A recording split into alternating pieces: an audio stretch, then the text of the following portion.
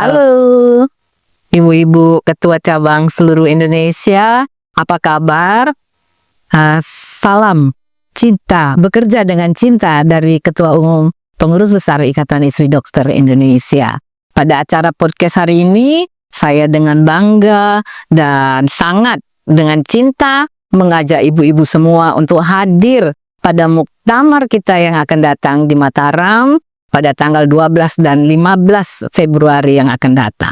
Kita tahu bahwa muktamar adalah tempat kita berkumpul, tempat kita bertukar ide, tempat kita mencurahkan sesuatu untuk pengabdian kita kepada masyarakat dan mempersiapkan ibu-ibu yang sehat, generasi muda yang luar biasa, dan upaya kita untuk menurunkan angka stunting membantu pemerintah. Dengan cinta saya mengundang seluruh ibu-ibu untuk hadir di muktamar. Kita jumpa di Mataram 12-15 Februari yang akan datang. Salam cinta.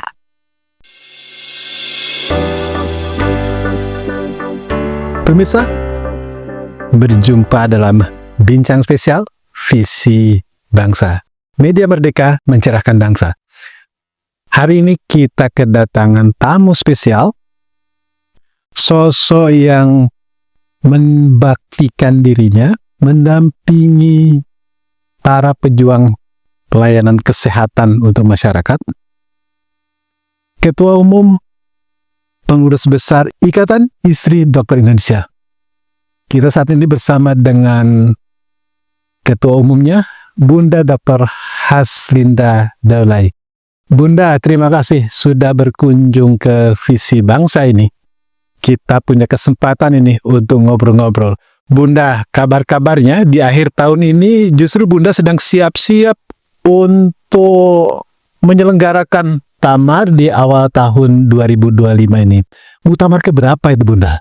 Kita ini nanti muktamar ke-16 Ikatan Istri Dokter Indonesia yang akan dilaksanakan dari tanggal 12 hingga 15 Februari 2025 yang akan datang ini di Kota Mataram, Nusa Tenggara Barat. Di NTB ya? NTB. Alhamdulillah.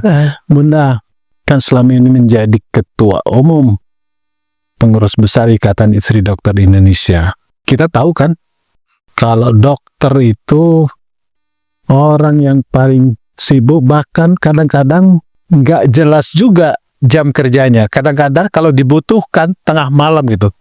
Sementara para istrinya di organisasi yang Bunda pimpin, kan tidak semuanya siap juga itu ya Bunda ya.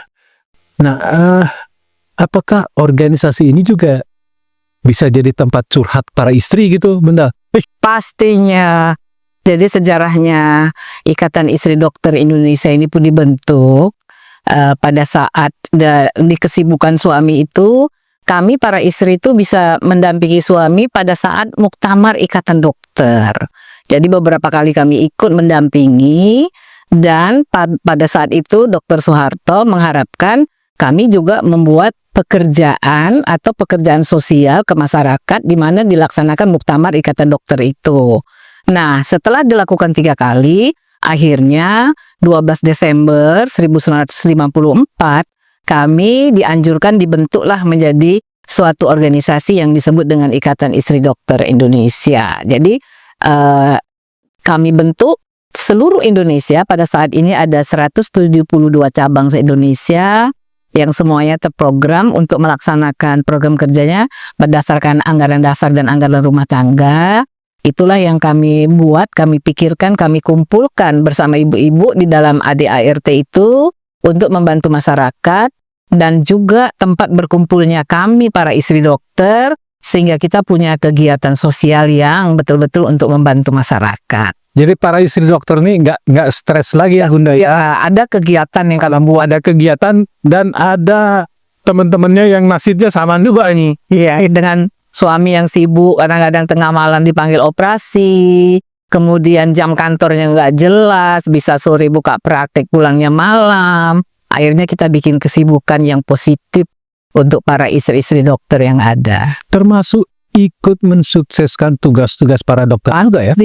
Kami karena anggaran rumah tangga, anggaran dasar dan anggaran rumah tangga kami itu adalah untuk mendukung program kerja pemerintah di bidang kesehatan. Jadi kami adalah organisasi sosial yang kami sebut dengan sosial medika. Itu dia tadi. Jadi kita mengerjakan PHBS, membantu anak-anak stunting, mempersiapkan remaja untuk menjadi manusia-manusia sehat pada saat dia akan menjadi seorang ibu di kemudian hari. Berarti promosi kesehatan yang sesungguhnya tanggung jawab para dokter, tanggung jawab Kementerian Kesehatan, itu juga dilakukan oleh istri dokter. Jadi kita menciptakan program kerja yang sosialnya untuk membantu program kerja para dokter-dokter di bidang kesehatan. Sekarang ini kan sudah berdiri di seluruh provinsi ya, di seluruh kabupaten kota juga gitu. Nah, komunikasi yang dilakukan selain dalam event-event muktamar itu apa saja, Bunda? Kami selalu ya di dalam kepengurusan 3 tahun itu ada satu pertemuan yang diawali dengan namanya rapat kerja. Nah, kemudian kalau muktamar tiap 3 tahun untuk pemilihan ketua yang baru dan memperbaiki anggaran dasar dan anggaran rumah tangga. Nah, alhamdulillah selama terjadinya COVID ini kita selalu intens berkomunikasi dalam bentuk Zoom. Jadi kita juga membuat program kerja, memberikan contoh dari pengurus besar kepada cabang-cabang lainnya. Kami berkomunikasi dalam bentuk Zoominar yang kami lakukan. Kemudian kita pengurus besar sekarang ini sedang mempersiapkan supaya ada yang namanya forum komunikasi, di mana forum komunikasi itu nanti terdiri beberapa cabang untuk berkumpul yang nanti akan dipimpin oleh seorang koordinator yang untuk menjadi perpanjangan tangan pengurus besar Ikatan Istri Dokter itu untuk menyampaikan segala sesuatunya supaya semua program kerja apa yang akan dilakukan, apa yang akan dibuat ke depannya akan dibantu oleh seorang koordinator itu nanti di bawah di seluruh Indonesia. Bunda, ke depan ini jelang muktamar, kira-kira apa rencana-rencana strategis, agenda-agenda penting yang akan disusun ini? Kira-kira ya banyak. Karena pada saat rapat kerja di Kendari kemarin, para ketua-ketua cabang banyak mengusulkan perubahan-perubahan terhadap program kerja dan menyusun kembali program kerja itu di dalam muktamar yang akan datang. Salah satunya ibu-ibu cabang ingin melaksanakan bulan bakti istri dokter itu nantinya supaya bersama dengan Hari Bakti Dokter. Nah, ini harus kita pikirkan benar-benar supaya nanti pas saat terjun di masyarakat langsung mengenal bahwa ada ID-nya di situ dan ada Ikatan Istri Dokternya bersama-sama bertemu dengan masyarakat untuk bersama-sama menyampaikan program-program kesehatan termasuk program PHBS yang sangat kita butuhkan sekarang, yang mana bahwa dalam PHBS itu nanti ada program yang paling penting yang oleh pemerintah sekarang adalah memberantas yang namanya stunting gitu. Jadi rencana kita nanti di muktamar yang akan datang ini kita berusaha untuk memberikan program kerja yang benar-benar menyentuh kepada masyarakat sesuai dengan hari ulang tahun kami kemarin. IID ini sekarang Pak sudah 70 tahun keberadaannya di Indonesia. Ulang tahunnya kapan tuh, Bunda? 22 Desember bersamaan dengan Hari Ibu. Nah, gitu. Jadi Hari Ibu dilaksanakan oleh Indonesia, IID sendiri juga melaksanakan ulang tahunnya. Nah, kemarin itu kami mengambil tema merekat kasih 70 tahun IID bersama masyarakat. Jadi di dalam melaksanakan perayaan ulang tahun IID yang ke-70 kemarin, saya hanya melihat melalui sosial media cabang-cabang seluruh Indonesia, mereka merayakan ulang tahunnya bersama masyarakat sekaligus menyampaikan program unggulan yang ada di dalam ADART. Gitu. Bunda, kalau menurut pandangan Ikatan Istri Dokter Indonesia, karena kan pasti para suaminya sudah juga memberikan pengetahuan kepada pasien-pasiennya, kepada masyarakat terkait tadi yang Bunda sebut stunting. Salah satu problem yang mencuat adalah misalnya, jadi stunting ini bukan hanya kalangan orang miskin. Iya. Kami mendapatkan data ternyata juga orang-orang kaya lah. Bahkan orang ibunya terpelajar. Problemnya adalah misalnya mereka tidak bersedia menyusui bayinya. Apakah termasuk pengarahan itu juga? Karena kan di publik mengatakan kurang gizi bukan sekedar itu ternyata. Begitu. Data yang kami dapatkan justru orang yang berpendidikan pun jadi istri-istri dokter masuk juga ke komunitas-komunitas ini. Jadi kami ini sekarang program kerja kami tentang stunting ini tidak turut campur di dalam situasi sekarang. Kita mempersiapkan remaja di kelas, umumnya kami masuk di kelas 3 SMP dengan kelas 3 SMA, mempersiapkan mereka untuk menjadi ibu yang baik. Jadi di sana kebetulan kami Pak di pengurus besar menerbitkan satu buku pocket tentang diskusi tentang gizi, tentang pengetahuan tentang reproduksi. Nah, itu udah kami sebarkan ke seluruh Indonesia dan sudah kami bentuk dalam bentuk PowerPoint untuk para istri-istri dokter di seluruh Indonesia pada saat masuk ke sekolah sudah memberikan tanya jawab yang bagus. Jadi kita mempersiapkan remaja dulu yang nantinya akan menjadi ibu yang akan datang, kemudian dibantu oleh para dokter untuk memberikan vitamin A, ya vitamin segala macamnya yang menjadi paket pemerintah. Kita membantu mensupportnya di sekolah-sekolah, kemudian ditambahkan dengan informasi-informasi bagaimana menjadi seorang ibu yang bagus yang akan datang. Jadi Ikatan Istri Dokter Indonesia fokus mempersiapkan ibu-ibu yang berkualitas ke depan ya. Generasi muda. Kualitas reproduksinya bagus, gizinya bagus, vitamin, pengetahuan tentang kesehatan, mana yang paling penting. Jadi mereka memang dikondisikan untuk siap memasuki pernikahan itu dari sisi umurnya sudah, kualitasnya sudah bagus, kemudian fisiknya harus siap supaya dia bisa melahirkan anak yang sehat. Jadi kita ngasih gizi kepada mereka, makanan apa yang bagus untuk dimakan bagi mereka, kemudian vitamin apa ya, karena kalau makan aja kan nggak cukup Pak, gizi aja cuma dimakan nggak cukup, dia harus memakan vitamin-vitamin yang sesuai dengan kebutuhannya, termasuk vitamin A ya yang harus mereka makan. Kemudian reproduksi nih, dia harus menjaga supaya yang paling penting adalah bahwa saat mereka pacaran belum suami istri. Nah, itu yang harus dijaga reproduksinya. Jangan macam-macam ya. Jadi ini masuknya dari situ. Kita bekerja sama dengan kader-kader yang ada di desa, kader-kader yang ada di kecamatan, yang ada di kota. Kader Posyandu. Posyandu kita ajak. Dan kita bersahabat dengan para guru. Jadi sehingga bisa masuk ke sekolah. Kemudian di cabang itu minimal kami anjurkan mempunyai sekolah binaan dan posyandu binaan ada dua masing-masing. Harus cabang itu mempunyai binaannya posyandu dan sekolah yang untuk menjadi sahabat kita semua, guru-gurunya juga. Karena kan setiap tahun anak yang keluar yang kelas 2 juga kita didik lagi. Jadi kita bersahabat dengan guru-gurunya. Untuk masuk komunitas-komunitas ini kan beragam ya. Kira-kira kesulitan-kesulitan apa yang sering dihadapi oleh sejawat-sejawat Bunda di daerah? Ya mungkin pada awalnya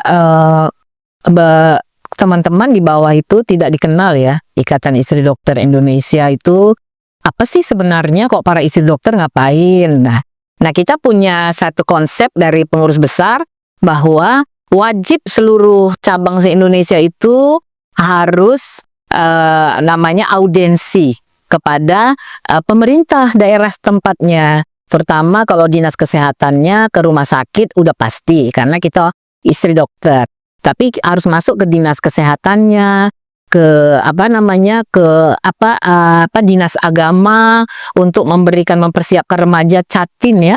Kita juga masuk ke situ untuk membantu mereka. Terus kalau ke bawahnya kita ikut berkolaborasi dengan PKK membantu, karena setelah kami survei ternyata walaupun PKK itu ada di bawah, ada di masyarakat, tidak semua posyandu itu mereka bimbing gitu. Jadi kami pengurus besar itu memberikan suatu konsep bahwa ada posyandu yang terlantar, ayo kita ambil, kita bina. Kalau sudah bagus tinggal, karena sudah kadernya bagus, sudah dibina oleh PKK kecamatan atau PKK desanya, kita mencari posyandu yang yang masih belum terurus, mari kita urus, kita bangkitkan, kita beri semangat para kadernya, kita beri semangat ibu-ibu yang datang ke posyandu, terutama ibu hamil ya kan, di di meja 4 itu yang perlu kita kasih masukan, kita kasih informasi. Yang paling penting bahwa kita rangkul pegawai dinas kesehatannya, para perawat dan bidan dan juga dokternya harus hadir pada saat posyandu itu dibuka. Jadi keberadaan kita itu Pak menjadi nilai lebih baik bagi pemerintah setempat maupun bagi masyarakat. Kalau gitu enak bener ini Bu Lurah, Bu Camat, ya kan, sampai Ibu Wali Kota, Ibu Bupati, Iya. terbantu nih sama bunda-bunda dari Ikatan Istri Dokter Indonesia ini ya, gitu. Karena kan sebenarnya ini tugas utama PKK itu kan, hampir semua tim penggerak itu kan Bu Camatnya, Bu Lurahnya, ya kan, Ibu Wali Kota, Bupati. Iya, Pola komunikasi yang terbangun sekarang ini cukup bagus, Bunda? Cukup bagus karena Ikatan Istri Dokter yang berada di kabupaten, yang ada di provinsi, semuanya menjadi anggota BKOW dan GOW.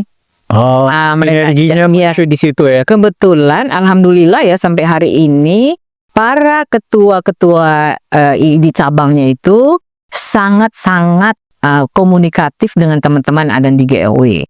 Karena terus terang IID ini kan program kerjanya nyata ya, nyata memang betul-betul untuk ke masyarakat. Karena kita kan terus membantu para dokternya, dokter puskesmas, terus ya kita rangkul semuanya supaya posyandu dan masyarakat itu programnya jalan. Jadi benar-benar memang selama ini kami sangat dibutuhkan oleh organisasi GOW maupun BKOW yang ada di daerah. Bunda, ini kan masuk sekarang ini era digital ya Bunda ya. Nah tentu pengelolaan organisasi, pola komunikasi juga harus mulai berubah ke mengikuti perkembangan era digital. Kira-kira Bunda, ini perkembangan dunia digital ini memudahkan atau justru menyulitkan? Memudahkan. Memudahkan ya? Memudahkan. Kalau dulu kan harus kunjungan ke daerah untuk menemui para pimpinan, para pengurus di daerah, di cabang-cabang ya, gitu. Kalau sekarang mereka bisa lewat Zoom meeting online ya. Meeting online. Jadi ada sebenarnya gini Pak. Jadi kita itu tidak hanya online aja, kita tetap pakai offline. Jadi yang online itu memang tetap bimbingan dan arahan dari pengurus besar. Kita selalu melakukan kegiatan melalui Zoom dengan Zoominar. Jadi ada informasi baru, kami akan buka Zoom dan mengundang seluruh ketua cabang beserta pengurusnya hadir. Nah, ada satu program kerja kami yang sangat penting kami harapkan juga. Ini juga saya berharap semuanya cabang akan melaksanakan ini. Memang belum semua, namanya konsolidasi organisasi. Nah, konsolidasi organisasi ini kami datang ke cabang. Jadi supaya memudahkan dan menghemat biaya, kami selalu misalnya ke Jawa Tengah, kami kumpulkan, kami Jawa Tengah tuh kami bagi 3. Ada Jawa Tengah 1, 2, dan 3 forum komunikasinya. Kita kumpul, ada forum komunikasi yang 10 cabang, 11 cabang, 9 cabang. Itu kita kumpul di suatu tempat, kemudian kita melakukan koordinasi organisasi, dan di sana kita meminta masukan juga apa kira-kira kekurangan, dan juga minta masukan kelebihan dari cabang lain yang akan diterima oleh cabang yang kurang aktif, sehingga bisa komunikasi dan bertukar pikiran tentang program kerja apa yang akan dijalankan. Bunda, masih terkait soal perkembangan di dunia digital. Anak-anak kita, para remaja, usia-usia Gen Z, istilahnya ya, generasi Z, itu kan sangat bergantung pada dunia digital. Nah, langkah-langkah komunikasi untuk masuk ke mereka, apakah juga menggunakan teknologi digital? Misalnya, untuk penyuluhan-penyuluhan, apakah Ikatan Istri Dokter Indonesia sudah menyiapkan semacam platform atau memanfaatkan aplikasi yang ada, TikTok atau apa segala macam, untuk menyampaikan yang biasanya secara manual, tapi mungkin anak-anak ini kan sekarang ini lebih kalau pakai Digital. gitu. Tidak ada rencana untuk melakukan kampanye-kampanye, penyuluhan, aksi-aksi sosial juga lewat media digital ini. Iya sih. Nah, saya kalau melihat di cabang-cabang, mereka sudah mulai melalui radio juga sudah ada diskusi, kemudian flyer-flyer, datangin anak-anak ke sekolah, kemudian juga nanti Ramadan sebentar lagi. Ini ibu-ibu ini menunggu buka puasa itu, masyarakat lewat tuh selalu membantu memberikan buka puasa, sekali memberikan informasi kesehatan melalui flyer gitu ya. Nah, kalau melalui digital ini, nah itu masih terbatas dengan sekolah yang menjadi binaan aja dulu. Nah, ini kita masih mau memikirkan.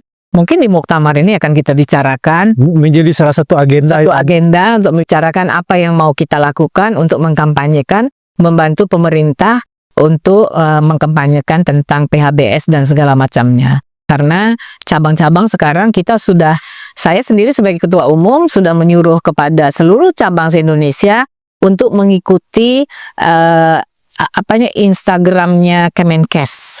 Karena di Instagramnya Kemenkes itu semuanya penuh dengan informasi, kemudian diulang lagi di IG-nya masing-masing, dan untuk ditebarkan kepada sahabat-sahabat kami yang ada di daerah. Termasuk disebarkan ke komunitas-komunitas yang dibina. Iya, pembinaan itu.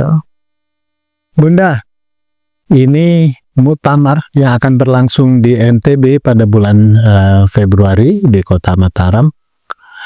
Kira-kira ini akan ada pemimpin baru atau Bunda masih dipaksa-paksa juga ini sama teman-teman Bunda? Bunda lagi aja gitu. Ya, ini namanya muktamar. Itu kan pasti pemilihan ketua umum yang baru, kepengurusan yang baru. Cuman kalau ditanya saya sebenarnya baru 1 periode. Biasanya ketua umum yang lewat-lewat 2 periode, tapi saya tidak tahu ya apakah saya masih diinginkan oleh anggota saya, ibu-ibu ketua cabang di daerah. Nah, itu kita nantikan aja nanti di muktamar pada tanggal 12 dan 15 Februari yang akan datang. Jadi andai Bunda tidak terpilih, Bunda-bunda di cabang-cabang tuh pengen yang baru misalnya gitu ya kan, Bunda akan berhenti beraktivitas di Ikatan Istri atau tetap? Tentunya enggak dong. Saya kalau tidak terpilih lagi, saya tetap menjadi penasehat di pengurus besar Ikatan Istri Dokter Indonesia, dan penasehat itu fungsinya adalah memberi motivasi memberi semangat, supporting, dan memberikan ide-ide untuk apa yang akan dilakukan oleh pengurus besar untuk menyampaikan ke 172 cabang yang ada se-Indonesia. Tapi Bunda masih siap kan kalau diminta kembali oleh bunda-bunda di cabang-cabang ini? Ya, itu kan kalau memang diminta dan memang merasa masih dibutuhkan, why not gitu ya. Tapi kalau saya secara pribadi sih, kalau memang ada regenerasi baru, itu lebih bagus lagi. Oke Bunda, ini yang terakhir, ya kan? Kan ini komunitas organisasi yang spesifik ini kan, istri dokter. Bunda tadi nyebut-nyebut istri dokter ini kadang-kadang juga galau, kadang-kadang saling curhat, ya kan? Gitu. Kira-kira Bunda, apa yang disiapkan oleh PBID ke depan?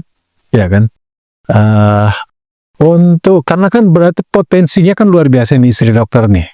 Ada yang jadi guru, Iya. dan ada juga Yang jadi dirinya dokter juga. dokter juga gitu. Oh ya, Ada yang udah profesor pendidikan juga ada. Kami lengkap, pakai lengkap. lekat ya. Nah, ke depan Bunda melihat potensi luar biasa dari anggota dan pimpinan organisasi yang Bunda pimpin ini. Kira-kira ke depan apa rencana-rencana besar ini? Ini kan luar biasa ini. Rencana besar kami yang pasti ya, kita sedang berusaha benar untuk membantu pemerintah yang sangat kita kecewakan bahwa stunting itu turunnya 0,1%.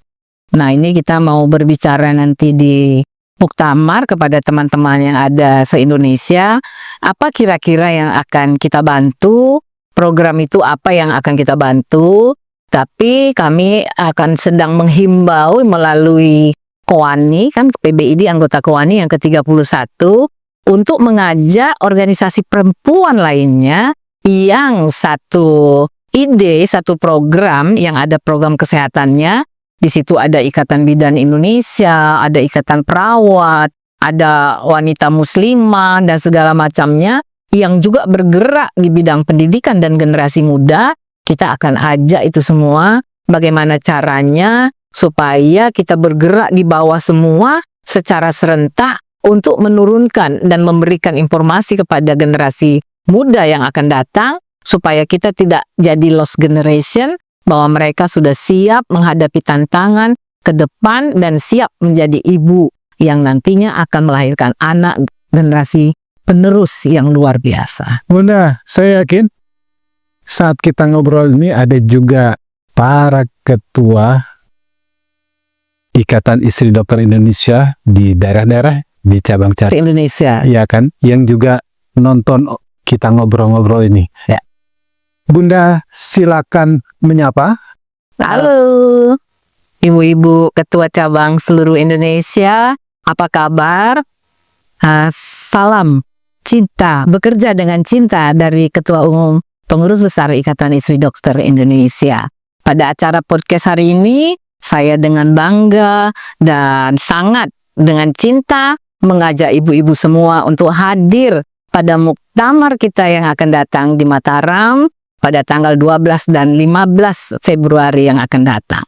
Kita tahu bahwa muktamar adalah tempat kita berkumpul, tempat kita bertukar ide, tempat kita mencurahkan sesuatu untuk pengabdian kita kepada masyarakat, dan mempersiapkan ibu-ibu yang sehat, generasi muda yang luar biasa, dan upaya kita untuk menurunkan angka stunting membantu pemerintah. Dengan cinta, saya mengundang seluruh ibu-ibu untuk hadir di muktamar. Kita jumpa di Mataram 12-15 Februari yang akan datang. Salam cinta. Bunda, terima kasih sudah bersedia untuk hadir. Kita ngobrol-ngobrol, menambahkan pengalaman, menambah informasi yang bermanfaat. Selamat untuk terus berbakti, mendampingi para dokter Indonesia yang hebat, dan terus berjuang untuk mengambil bagian penting dalam masyarakat, khususnya pada layanan promosi kesehatan Indonesia. Sekali lagi terima kasih Bunda. Kasih kembali. Pemirsa, nantikan informasi menarik lainnya hanya di Visi Bangsa, media merdeka mencerahkan bangsa. Billahi taufiq wal hidayah. Wassalamualaikum warahmatullahi wabarakatuh. Merdeka!